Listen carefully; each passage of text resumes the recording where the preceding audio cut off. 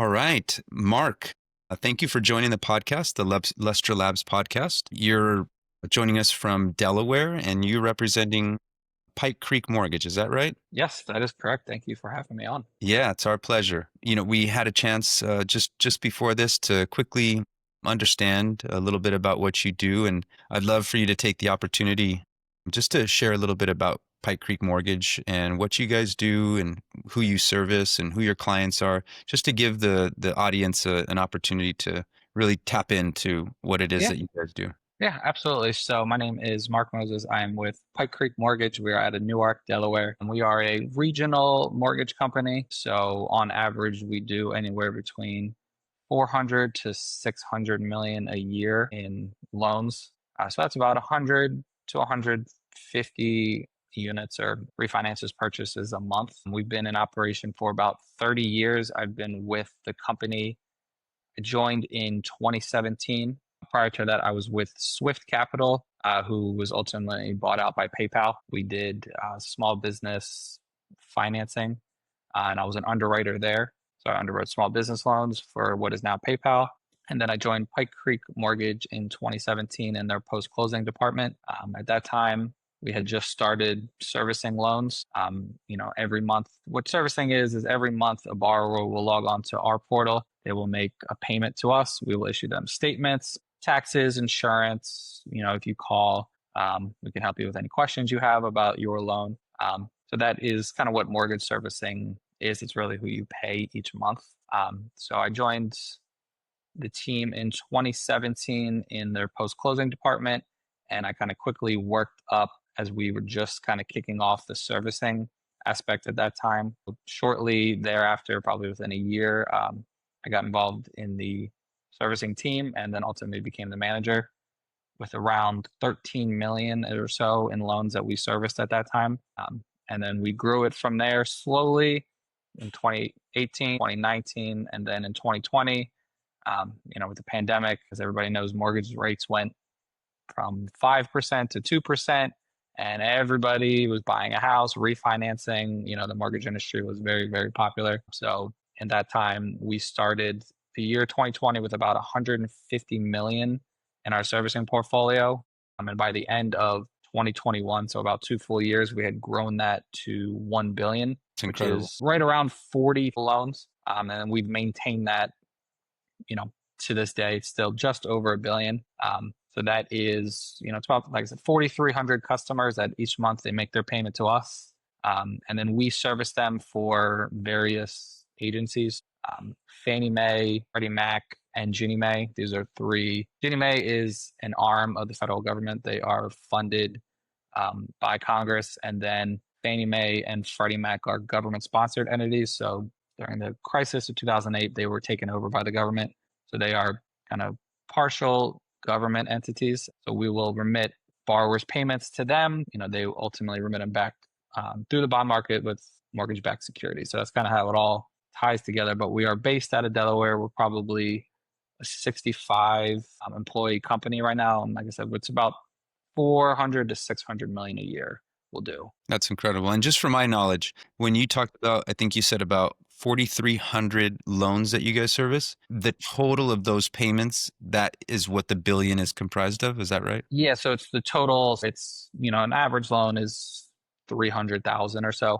So, it's 4,300 loans that we service, and the total unpaid balance of those is just over a billion. I think Oh, it's okay. maybe a billion 50 million or so right now. Got it. And it changes, every month as you make your monthly payment. Yeah. You see your balance come down a little bit. We add new loans, but it's right around a billion 50 million or so. That's incredible. Yeah. I mean, one of the things that really caught my attention as you just said this is when you joined, the success that you've had in a relatively short amount of time. And I'd say, as for anyone that that's had that kind of success, there's always someone that is responsible for that. And I know you shared a little bit earlier, but what would you say, in your history and the people that you've met, who have been some of the mentors that have really impacted your life and the way that you run your business now? Yeah, so it was actually the person that kind of came and recruited me was our company CFO, Steve Pruitt. He was the one that recruited me. Prior to working at Pike Creek Mortgage, he was the CFO of DuPont in their Eastern European division. So he actually lived in Moscow for, I think, 6 or 7 years, and he was the CFO there. So then he came back to Delaware. He's from originally from around this area and became the CFO. And he was kind of my original mentor who kind of took me under his wing, and we would just sit and kind of bounce ideas off each other. Really, he was maybe 2 to 3 years in the mortgage industry, just having still extensive experience from DuPont. But, he was, like I said, 2 to 3 years or so. I was in my first year. So I think it helped that we both could bounce ideas off each other and we weren't fully entrenched in the mortgage industry. So we still could draw on either my time at PayPal or his time at DuPont and draw from there to kind of get creative ideas. Just as, the mortgage industry, not a new industry. So there's plenty of people that have been entrenched in the industry with their ideologies for many years. So we were able to both come at it from an outsider's perspective, and that really helped. And then again in 2020 it was Donna Curran. She was I believe, the third ranking member of Ginnie Mae, which is a federal agency. They receive their funding from Congress every year, and they kind of back the FHA loans, VA loans, so federally backed loans. We hired her to help us get our approval with Ginnie Mae, and during the pandemic, she was really instrumental, as that's when our portfolio was rapidly growing. We were averaging maybe 50 to 60 million a year that we were adding our portfolio. In 2020, 2021, we added 400 million each year. And she was great, having extensive knowledge of the system. She really knew it from not just a mortgage perspective, but from the government's perspective. So that was very helpful. I would actually fly down. She lived in Jacksonville. We're in Delaware. So during the pandemic, I would fly down to her and I would just sit in her house and I would just pick her brain. I have notebooks of information from things that I didn't understand at the time, but I would just write down that I can still draw on from these days. And I would just fly down to Jacksonville probably every 3 months, just go sit in her house or, sit in a Starbucks or something for hours and just pick her brain, take, like I said, pages and pages of notes that I still reference back to these days. What an incredible opportunity. I mean, for anyone that's starting out in their career or even thinking of kind of their progression in their career. I mean, what a incredible opportunity, and for you to take advantage of that and get that mentorship from people like you said. I don't know what it was if you had already known. I imagine you knew who they were and their experience in the industry, and you saw this as a great opportunity. But that's really incredible. Thanks for sharing that. And let me ask you, just personally, what, like, when you were having these conversations, and what was the last person's name, the woman that you had mentioned? Her name is Donna Curran. Donna Kern, got it. Do you think when you had first got her mentorship, was there an idea that there could be something in the future, or was this all just kind of happening organically and you were just trying to understand the industry? Like, what was the main point of all that initially? I think the main point, she had been in the industry, I believe, for 35 or so years. So she was kind of pouring her knowledge, kind of, for a better term, she had latched on to us. She had left her job, and she had plenty of options. So she had talked to many different companies, and I think me and her just kind of connected. Just from initial conversations prior to her even working with the company, we kind of clicked from there. So I think she was definitely able to pour her knowledge into me, and I think we started almost as friends, just talking and chatting. And I think that really helped, as it wasn't just a business relationship.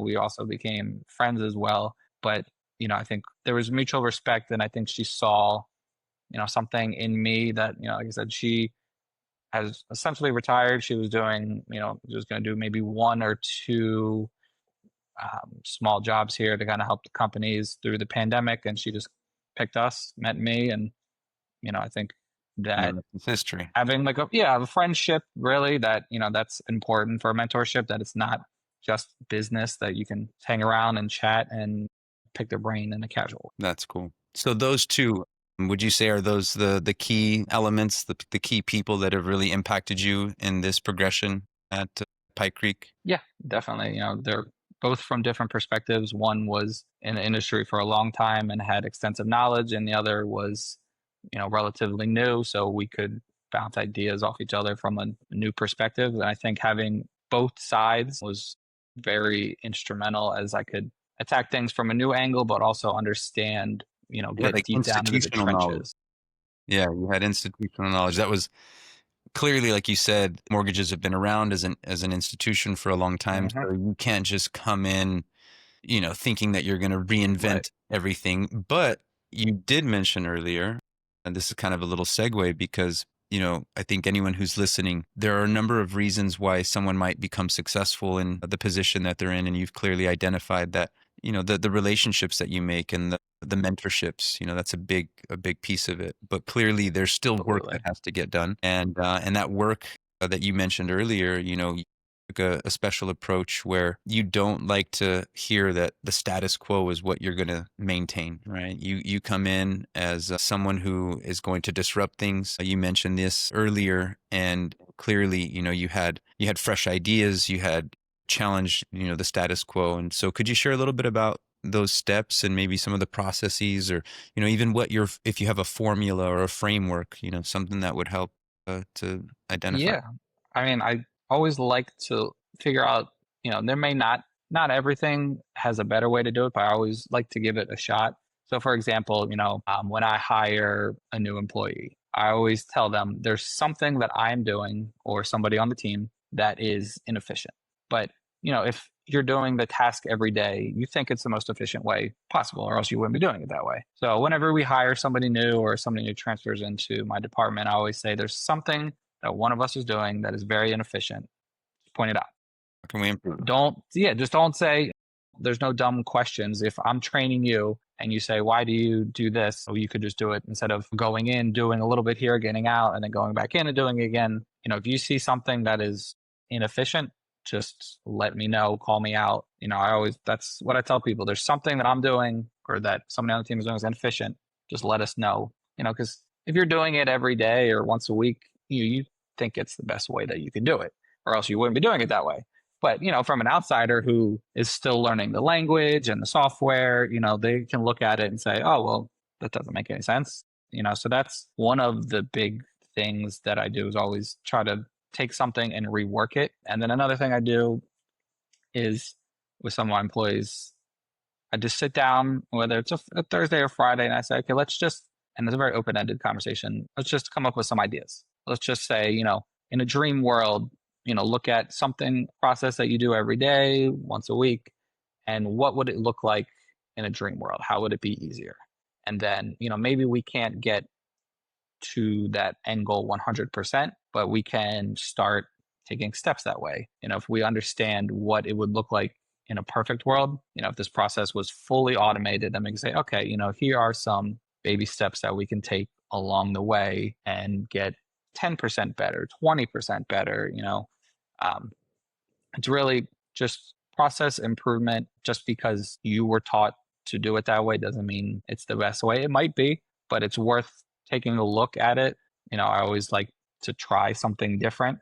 I won't totally take the guardrails off a process, but if we can take most of them off, that way, if it does go wrong, it's not a catastrophic failure for a new process, but remove some of the guardrails to allow for some more flexibility. And I definitely let my employees just freely speak their ideas. I'm not going to shoot them down. Just That's kind of where I was thinking in my head as you were going through this. It seems like you've created a culture that supports people's ideas and the ability to promote like winning ideas, but also even share things. And I think that's a unique perspective. I've been in the corporate world for many years prior to owning my own business, and obviously, have my own employees and resources now. And I think it's such a critical thing to be able to allow the members of our team to speak their mind in a safe environment where they aren't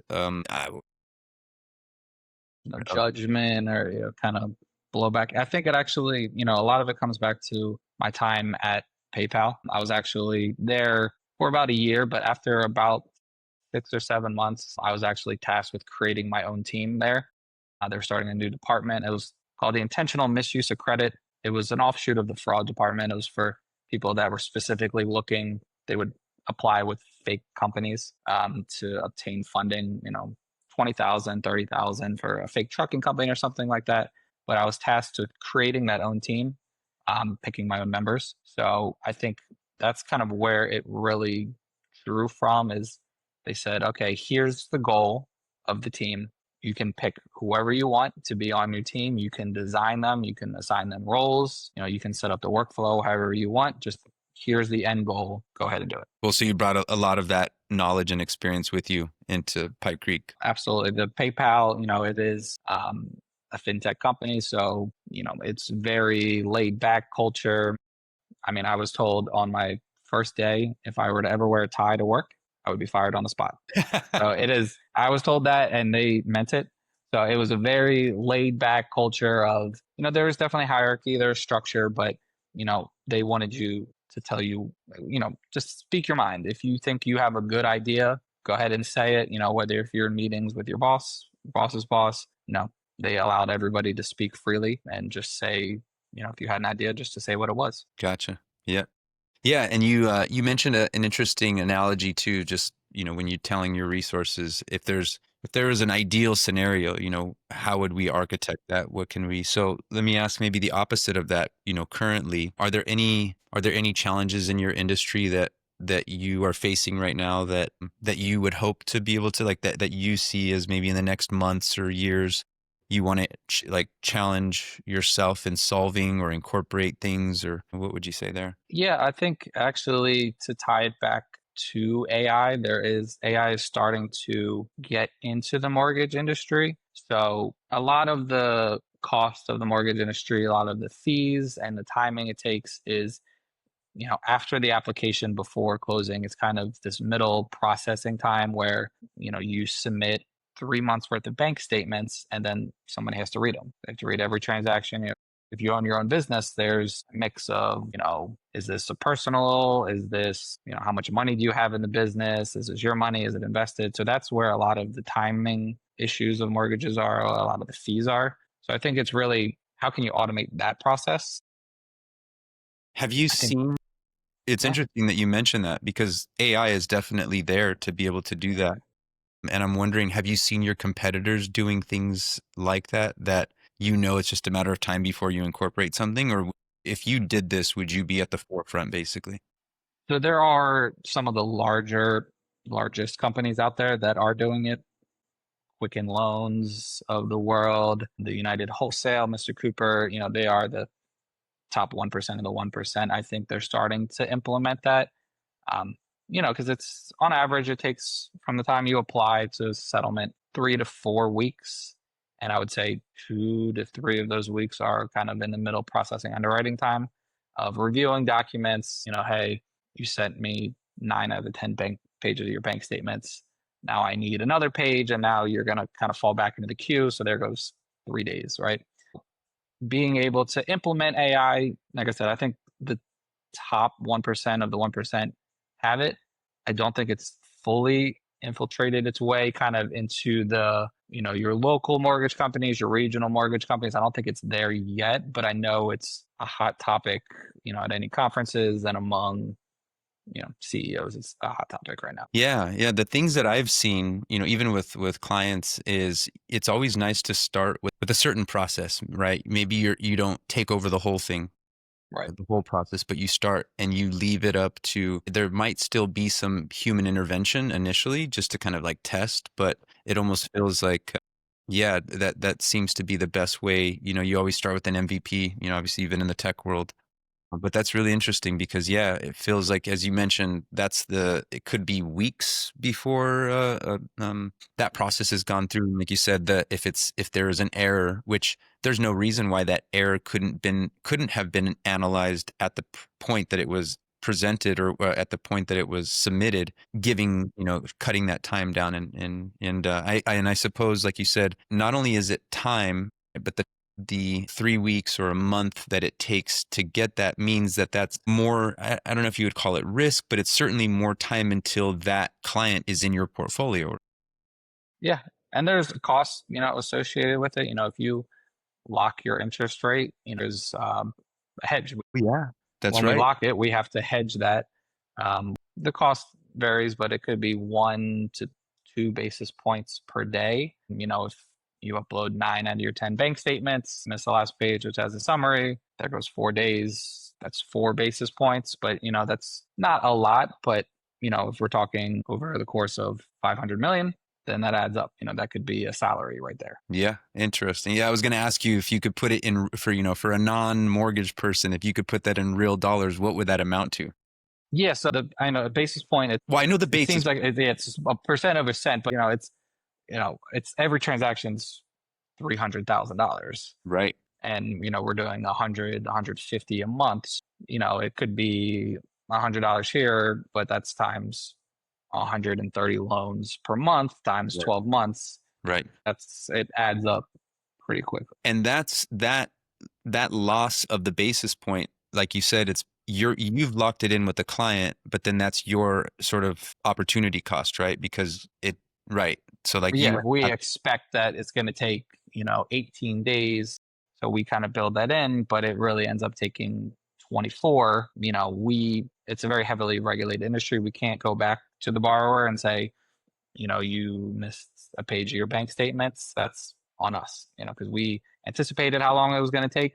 And if we misjudge that, then any cost above that, just with regulations, is 100% ours. interesting. And so speaking of this and AI and going down further that path, and you just mentioned the word regulation. Do you know if there are regulations in terms of what you're allowed to do and automate through AI, or is it pretty open right now? A lot of the regulations, so the mortgage industry after 2008 became extremely, extremely heavily regulated. We are approved, we do business in 25 or so states. So we're almost constantly under an audit from a state, because they can take 2 to 3 months just to be audited. They're just looking at your policies, procedures, everything like that. A lot of the automation with AI is not yet focused kind of on the actual mortgage process, but it's focused on the sales process. So with, a lot of people, and they're very frustrated, understandably so, if you go to a bank and they pull your credit for a loan, you're going to get a call within probably 5 minutes Goodness, it's the from most annoying thing. Chase, any bank, any mortgage company, scammers, real things like that. It's Or if you go try to look at a house and they, exactly. my gosh, I'm Yeah, sorry. because their companies are integrated with Zillow, with Redfin. It's all data mining. That's where the AI is right now. I know, especially with Zillow and Redfin, with your cell phone, they know where your cell phone is, and they know if you're driving past a house that's for sale. I've heard about that. If you drive past a house that's for sale 3 times in 10 days, somebody can buy that information, and they can use that to know that you're interested in that property. And that's kind of where the AI is coming in, is they're feeding the cell phone data from where you're driving around into a model. It knows that you've driven past there 3 times in 10 days. What they'll do is they automate a call that will go out, or like the emails, you get calls, text, emails. So the calls, they'll have a real person on the end, but the texts, the emails, the letters, those are just firing off AI. It's just saying, okay, they know your phone number, your name, your maybe your mailing address, and they're just firing off letters, firing off texts. There's not a real person there behind it. So a lot of the automation in AI and the regulation of trying to stop that, actually, as everybody knows, it's annoying. It's very annoying. If you apply for any sort of credit, because you can buy that information. Yeah. Your credit report history is public information that companies can buy for, it costs a few cents. Yep. And so Yep. that's where a lot of the regulation is focused on that, because I think a lot of the AI has poured into that, really the AI is poured into getting you on the phone or Right. getting you on an email. So now the regulation's Generation. following. Yep. Lead generation and the regulations following that. That's cool. That's good perspective and good clarity on, where the regulation is mostly focused. And obviously that's the main problem. And then to your point, then using AI within the process, which is, something that you're potentially looking at, or, where you've identified would be probably isn't so regulated at this point. And it's something that as long as it's not, it's probably more of just it's coming from the aspect of you maintaining a good business that as long as the AI wasn't deteriorating that, you would use a process that did that if it were to help you, improve your, like your KPIs along the way. Yeah, I think, where it is being along the process, it's being implemented kind of on the forefront is condos. So they are, if you ever try to buy a condo, they're a little bit trickier to buy, just because you have a condo association, you have condo dues, there's structural reports. It's not just, you're buying a house, condos, they have just a lot more regulation and there's a lot more stuff going on around them, whether it's dues, litigation, structural reporting. So there are some condos that are not approved. Just Fannie Mae or Freddie Mac, the two largest industries uh, aggregators, they won't approve them. So if you go to a traditional mortgage company, you want to get a rate at 6%, they won't do it. They'll say, you can go to this alternate route. It's called a non-QM mortgage, where instead of six, maybe we'll offer you 8.5 because your condo doesn't have enough in savings, or the structural report said that it's not as sound as it should be. So a lot of the AI is pouring into condos because they take, if you want to buy a condo, it's going to take you probably an extra 10 days to go ahead and actually just compared to a regular single family home, whether it's reviewing the documents, looking at the condo fees, the condo association, all the board members. Every time you buy it, you have to request, they're called condo docs. There could be 50 pages, and that's just to approve the association on top of you being able to afford it. So Right. there's almost a double approval there. So that's where the AI is being starting to come in now, is looking at these condo docs, being able to, have them on file, or be able to, we can just put them in to, an AI model, and then it could say, okay, here are all the active litigations that I can find. Here are the last 10 structural reports that have been filed on them, things like that. That's where the AI is starting to kind of come in now. Cool. And then is it safe to say that that's where you guys have also started, or is that what you're seeing in the Yes. industry? Yeah, Okay. we have definitely started. I believe we just signed a contract with a company to use those. So, they kind of they have a report of all the different condo associations in the country. And they're kind of feeding, their information into the model, giving a risk score of how long they think it's going to take to get this approved, or if it's approved, things like that. That's where we've turned our attention to is, like I said, it's all about kind of how fast you can close these loans. And they, on average, are slower. Condos. And you said about 10 days. I would say, yeah, probably a week to 10 days or so slower, just because it's not just, are you able to afford it? It is, how much does your condo association have in the bank account? There's a lot of different nuances to condos, but they just tend to be more difficult and Gotcha. slow. Cool. Cool. Well, you've shared some great info. Really appreciate, just touching back on some of the first part of this podcast. You talked about your mentors and, then about the success you've had coming into the organization and within a few short years. Gosh, I mean, what is it? That's exponential growth there. Yeah, COVID was, for the mortgage industry, it was kind of fight or flight. When we really took off, like I said, we were doing 400, 500 million a year. We were doing 2020, 2021, a billion, over a billion per year. If you don't And mind so me we asking, doubled. what do you think, like, what was like looking back, what do you think was that secret recipe, or what do you think was that, like, what were you guys doing different from the rest of the industry? And let me maybe even quantify that by saying, was that normal for most people in your industry at that time? It was normal for exponential growth during that time because, interest rates went from 6 to 2 almost overnight, but not, I wouldn't say to the level that we had. And I think where it kind of came from is, we had been around at that time, maybe 25, 26 years, and we had developed good personal, not just business relationships. So, when we needed a favor, when we needed a bump in our line of credit to keep funding these loans, it wasn't 3, 4 weeks in time. We had a personal relationship with these people. They understood what was going on. You can call them like a friend when you need a favor. It's not somebody calling you out of the blue, just asking you for something. These relationships, they go both ways. So, if we asked for something, we made sure that we used it to the full potential. And in the future, if they needed anything, we would jump right on it, wouldn't give them a hard time. I think that is what led us to have that serious exponential growth is really just, having good personal relationships. And it's not just business. It's not just I call you when I need something. You come to visit once or twice a year. I'll call you, just say, hey, how you doing? How's business? Anything I can do for you?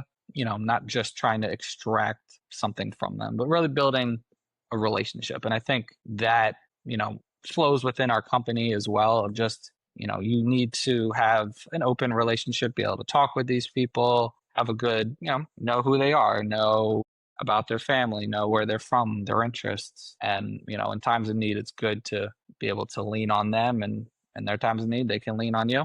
And I think it works out, that's kind of what really helped us. That's really good advice there. And if I just to clarify for my own self, are you referring to people that would help grow the business, or are you talking about the people that like at the end of the loan, like an end consumer? So it was kind of people within the process. So, we have all different companies that we work with. If you need local, you could say local homeowners insurance agents, we could call them and say, hey, we really need this today. Right. Okay. Or, Yeah, good. lines of credit, because, if we kind of, all these loans, they go on a line of credit.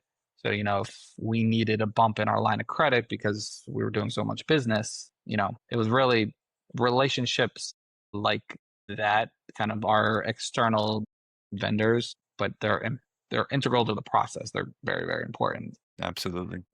And that's who we, keep good relationships with. Great. Wonderful. Wonderful. Yeah, all very good insights. And thank you so much, Mark, for sharing all this. Yeah, I think it's absolutely. going to be valuable for people to hear how you've had your success and, especially, Pike Creek Mortgage. And I mean, what an incredible story that kind of growth and how you guys keep evolving. It sounds like also just your understanding of technology and how to incorporate that into your business. And so, yeah, really appreciate you sharing all this and I look forward to connecting again, Mark. But thanks and Yeah, absolutely. I appreciate the time. This was great. I think it's good for, just to get the information out there about, how I do business, what works for me, and just always looking to improve. I think that's the most important part. yes, yes. Well, been very valuable. Thank you, Mark. All right. Thank you. I appreciate it.